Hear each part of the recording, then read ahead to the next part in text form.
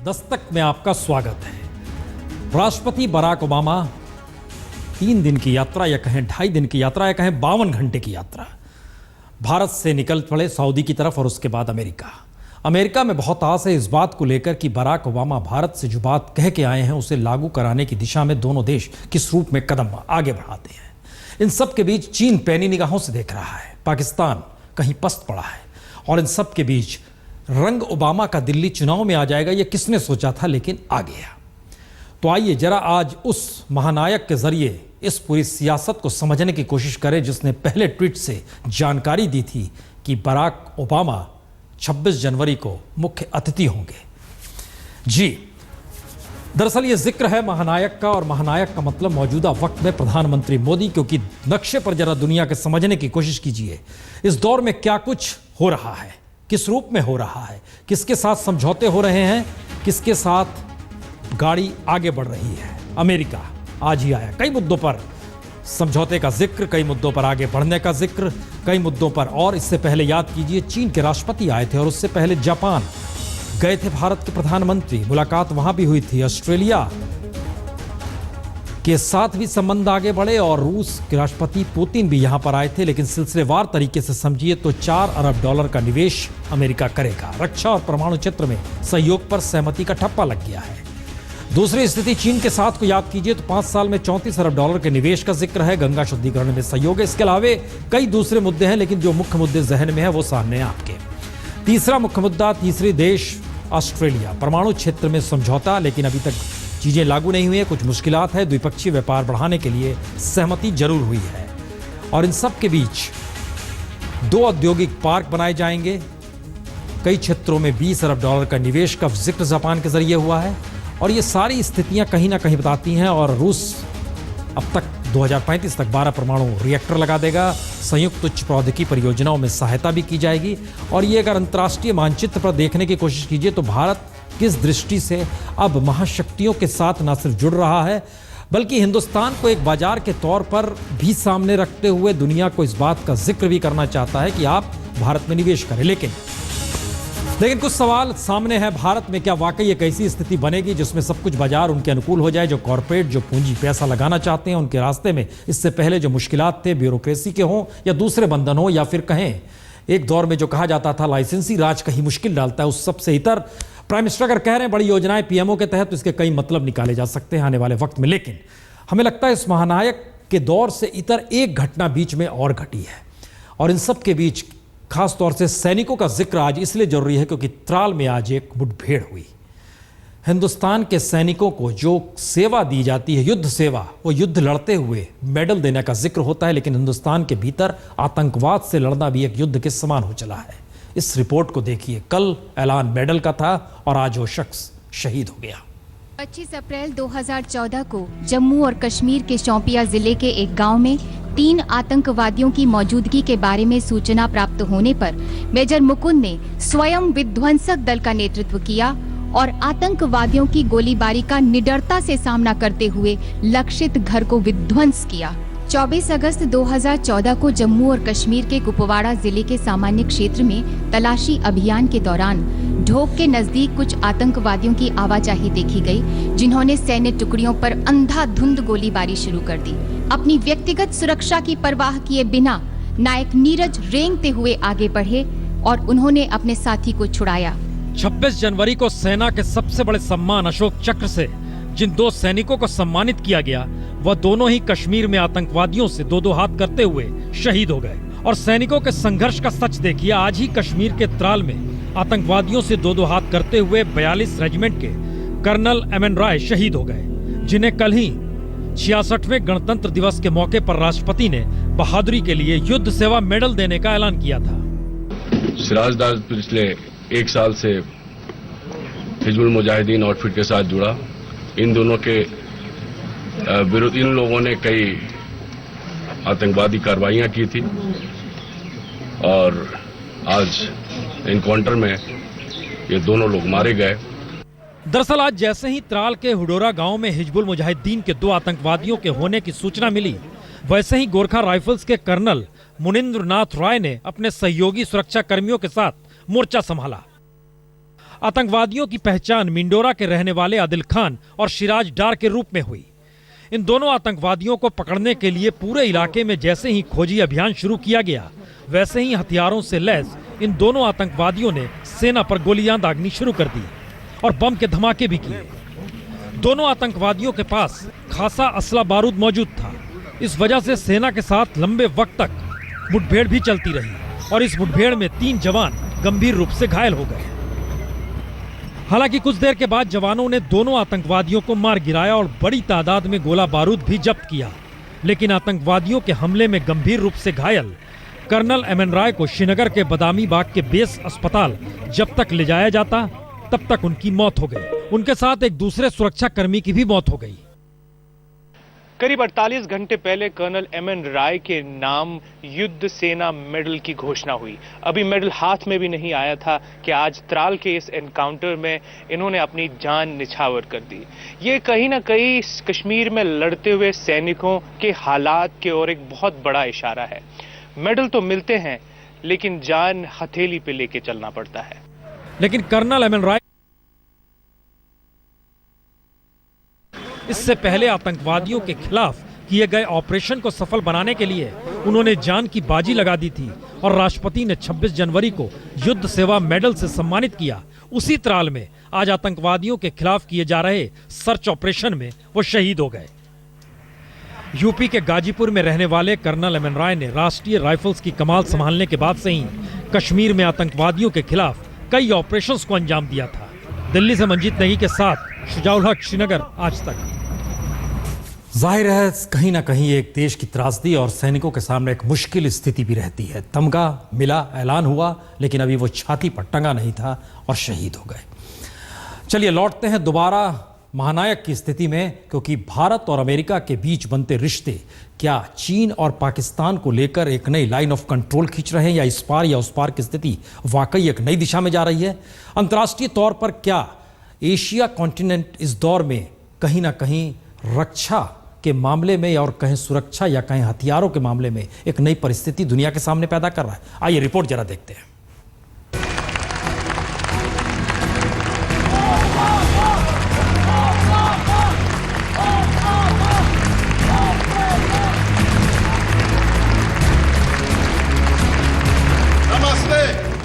पांच तस्वीरों का सच यही है कि दुनिया की नजर अब भारत पर आ टिकी है। पहली बार सार्वजनिक तौर पर अमेरिकी राष्ट्रपति की जो करीबी भारत में दिखाई दी, उसने दुनिया को यह संकेत तो दे ही दिया कि मौजूदा वक्त में भारत की सत्ता निर्णय लेकर लागू कराने में सक्षम है। तो अमेरिका में भी भरोसा जगा है, क्योंकि याद कीजिए तो कूटनीति के खेल में भारतीय प्रधानमंत्री नरेंद्र मोदी चंद दिन पहले तक सीमा रेखा के एक तरफ खड़े थे और पाकिस्तान और चीन दूसरी तरफ। अमेरिका पाकिस्तान का बड़ा भाई बना हुआ था और चीन अपनी ताकत के बल पर इठला रहा था। लेकिन पहले वाशिंगटन और अब भारत में मोदी ओबामा की जुगलबंदी ने अचानक कूटनीतिक बिसात पर अमेरिका और चीन का खेल तो बिगाड़ ही दिया और इन सब के बीच दुनिया की नजर भारत पर भी टिका दी, क्योंकि अमेरिका ने जिस तरीके से दक्षिण चीन सागर में भारतीय चिंता का समर्थन किया, न्यूक्लियर सप्लायर ग्रुप की सदस्यता को लेकर भारत का समर्थन किया और जापान के साथ अगले 5 साल तक सैन्य सहित तमाम मोर्चों पर सहयोग बढ़ाने का ऐलान किया, तो चीन इससे तिलमिला गया है और उसने बिना देर किए भी भारत की चिंता पर बराक ओबामा की सहमति को प्रशांत और हिंद महासागर में अमेरिकी दखल करार दिया। इतना ही नहीं, न्यूक्लियर सप्लायर ग्रुप के सवाल पर परमाणु अप्रसार संधि यानी एनपीटी का सवाल भी खड़ा कर दिया कि भारत पहले इस पे हस्ताक्षर करे। असल में चीन और पाकिस्तान दोनों ही इस हकीकत को समझ रहे हैं कि अमेरिका और भारत के बीच जो सहमति बन रही है न्यूक्लियर पावर में, ऐसे में भारत कई कदम आगे निकल जाएगा। वैसे भी इस डील ने दुनिया को बताया है कि 1974 के पोखरण ब्लास्ट के बाद से भारत अमेरिका के संबंधों में जो फांस लगातार बनी हुई थी वो अब खत्म हो चली है। सवाल यही है, क्या बदली परिस्थिति में चीन और पाकिस्तान अमेरिका से संबंधों के बाबत एक तरफ खड़े हैं? लगता तो यही है, क्योंकि जैसे ही ओबामा ने भारत दौरे से पाकिस्तान को अलग रखा, ठीक उसी वक्त पाकिस्तानी सेना प्रमुख राहिल शरीफ स्थिति पर नजर रखते हुए चीनी दौरे पर चले गए और चीन ने पाकिस्तान के साथ रक्षा के नए समझौते भी किए। इतना ही नहीं, पाकिस्तान को चीन ने सबसे करीबी दोस्त इस दौर में ही करार दिया। यानी चीन और पाकिस्तान ओबामा मोदी की जुगलबंदी के जरिए दक्षिण एशिया के समीकरण बदलते हुए देख रहे हैं। तो अब सवाल नया है, क्या आने वाले दिनों में चीन और पाकिस्तान की सक्रियता भारत की सीमा पर नजर आ सकती है, जो भारत के लिए परेशानी पैदा करे? हो जो भी, दरअसल दक्षिण एशिया में अमेरिका को नए रणनीतिक भागीदारी के रूप में भारत सबसे मुफीद दिखता है, जहां न केवल मजबूत लोकतंत्र है बल्कि बड़ा बाजार भी है।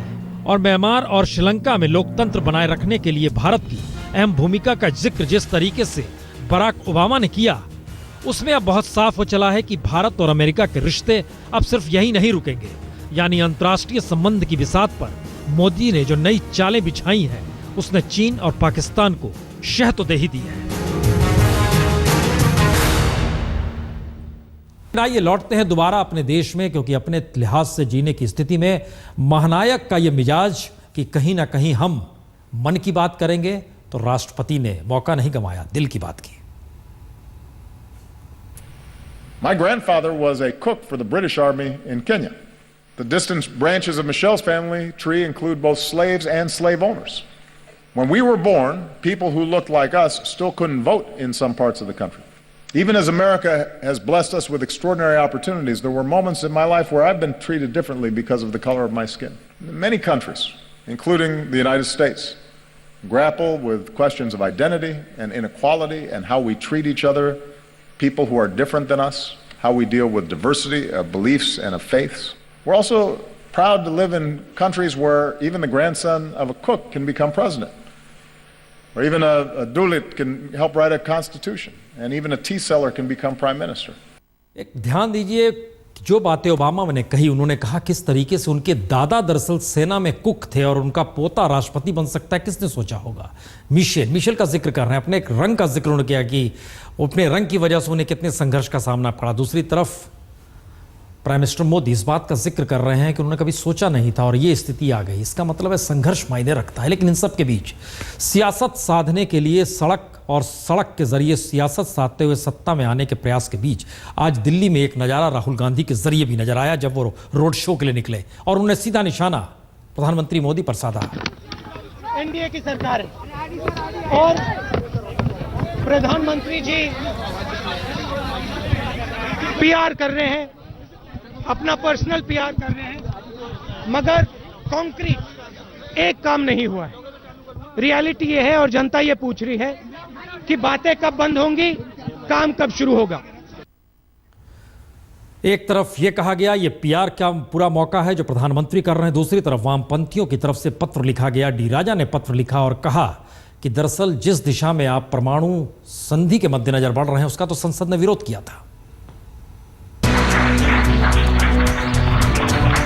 मोदी ओबामा के बीच परमाणु समझौते पर सहमति के बाद विपक्ष की तरफ से विरोध के सुर भी उठने लगे। सीपीआई महासचिव और सांसद डी राजा ने प्रधानमंत्री मोदी को खत लिखकर संसद के विरोध का जिक्र कर सरकार से स्पष्टीकरण मांगा है। अपने पत्र में राजा ने कहा है कि यदि भारत सरकार की ओर से सरकारी कंपनियों के सहयोग से अमेरिकी कंपनियों के लिए बीमा पुल बनाने पर सहमति हो गई है, तो ये 2010 के लायबिलिटी कानून की आत्मा और पत्र का उल्लंघन होगा। महत्वपूर्ण हुआ कि 2010 में संसद में उठे सवालों का जिक्र इस पत्र में किया गया है, जब इस बात पर मुहर लगी थी कि अमेरिकी रिएक्टर आपूर्तिकर्ताओं को अंतर्राष्ट्रीय बीमा कंपनियों से व्यावसायिक दरों पर बीमा लेना चाहिए। और सवाल यही है कि अमेरिकी कंपनियां ऐसा करने में असमर्थ क्यों हैं? ध्यान दें तो भारत ने परमाणु दुर्घटना के हर्जाने के लिए 1,500 करोड़ का इंश्योरेंस पुल बनाने की बात कही। इनमें से 750 करोड़ रुपए का पुल 4 सरकारी बीमा कंपनियां बनाएंगी और बाकी राशि भारत सरकार देगी। दरअसल लिखे गए पत्र में अमेरिकी रिएक्टर के खरीदने पर भी सवाल खड़ा किया गया है, क्योंकि अमेरिकी कंपनियों ने जिन 2 रिएक्टरों का ऑफर भारत को किया, वो दोनों ही रिएक्टर दुनिया में कहीं भी व्यावसायिक रूप से संचालित होते नहीं है। ESBWR रिएक्टर तो बिल्कुल ही नया और पहली बार तैयार किया गया। किसी रिएक्टर को बनाने में देरी और उसकी लागत इस दौर में बढ़ेगी, यह भी लाजमी है। शायद इसीलिए डी राजा ने प्रस्तावित अमेरिकी रिएक्टरों से बिजली की लागत को लेकर भी सवाल उठाए हैं। और इस पत्र में यह कहा गया है कि भारत सरकार ने अमेरिकी रिएक्टरों से बिजली की लागत का पर्याप्त अध्ययन नहीं किया है, क्योंकि इसके बाद प्रति यूनिट बिजली की कीमत कहीं बढ़ जाएगी। लेकिन एक सवाल यह भी है, अगर दोनों देशों के बीच समझौता होता है तो कीमत एक तरफ महंगी और दूसरी तरफ कहीं ज्यादा बड़ी तादाद में बिजली उत्पादन देश में होगा, ये इन दोनों के बीच ही शायद भारत सरकार को निर्णय भी लेना है। यह वाकई देश की नीतियों को लेकर एक सवाल रहा। एक तरफ चकाचौंध भारत, दूसरी तरफ हाशिए पर पड़ा तबका और उसकी सोच, उसकी समझ के अनुसार क्या नीतियां बन रही हैं या ना बना। सवाल सिर्फ डी राजा के पत्र या इससे पहले राहुल गांधी के बयान भर का नहीं है। सवाल है अंतर्राष्ट्रीय मोर्चे पर महानायक, लेकिन देश के भीतर सियासत में क्या वाकई सरकार के साथ कुछ मुश्किलात है। दिल्ली में चुनाव हो रहे और इन सब के मद्देनजर बीजेपी ने जो अब नई फौज तैयार की है, उसका मतलब यह है कि इस वक्त देश बजट का इंतजार कर रहा होगा, लेकिन वित्त मंत्री को बैठना होगा स्टेट ऑफिस में। जी रिपोर्ट देखिए। दिल्ली विधानसभा चुनाव दिन पर दिन ज्यादा दिलचस्प होता जा रहा है। बीजेपी ने आम आदमी पार्टी की चुनौती से निपटने के लिए अपनी केंद्रीय टीम ही नहीं बल्कि सरकार में कई मंत्रियों तक को विधानसभा क्षेत्रों की जिम्मेदारी सौंप दी है। पार्टी अध्यक्ष अमित शाह ने ऐसे 90 से ज्यादा नेताओं के साथ पार्टी मुख्यालय में बैठक की। बैठक में केंद्र सरकार में 2 दर्जन मंत्रियों के अलावा पार्टी के बड़े चेहरों को बुलाकर करीब 2 घंटे से ज्यादा माथापच्ची की गई। बैठक में कई सारी चीजें तय की गईं। प्रधानमंत्री नरेंद्र मोदी दिल्ली के पूरब, पश्चिम, उत्तर और दक्षिण में 4 रैलियां करेंगे। पूर्वी दिल्ली के विश्वासनगर में 31 जनवरी को, पश्चिम में 1 फरवरी को द्वारका में, 3 फरवरी को उत्तर के रोहिणी में और 4 फरवरी को दक्षिण के अंबेडकर नगर में जनसभा होगी। इसके अलावा सूचना और प्रसारण मंत्री अरुण जेटली को चुनाव प्रचार की मुख्य कमान सौंपी गई है। जेटली रोजाना कम से कम 1 घंटा पार्टी मुख्यालय में बैठकर रणनीति पर चर्चा करेंगे। केजरीवाल के रोजाना चलने वाले आरोपों के तीरों का जवाब देने के लिए तेज तर्रार मंत्रियों की टीम बनाई गई है। इसमें निर्मला सीतारमण आर्थिक, जेपी नड्डा स्वास्थ्य, किरण बेदी महिला मामले और सुरक्षा और स्मृति ईरानी शिक्षा मामलों में पार्टी की कमान संभालेंगी। अरुण जेटली रोज मीडिया से खुद बात करेंगे। सबसे जरूरी कार्यकर्ता और उम्मीदवार सीधे पार्टी मुख्यालय आकर मंत्रियों या फिर जेटली से मिलकर चर्चा कर सकेंगे।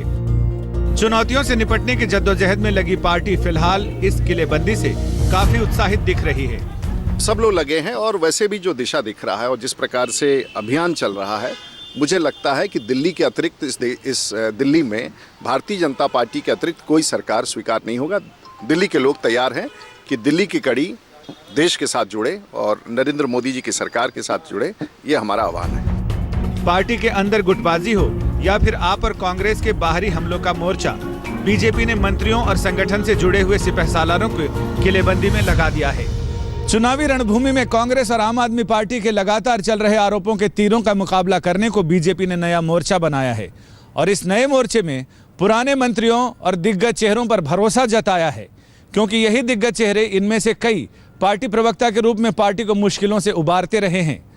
वैसे भी कहा जाता है कि पुराने सिक्के, पुराने चेहरे और पुराने चावल किसी भी वक्त काम आ सकते हैं। बीजेपी को लगता है कि अब इन चीज़ों को भुनाने का वक्त आ गया है। कैमरामैन जैनेंद्र कुमार और रीमा पाराशर के साथ संजय शर्मा, दिल्ली आज तक।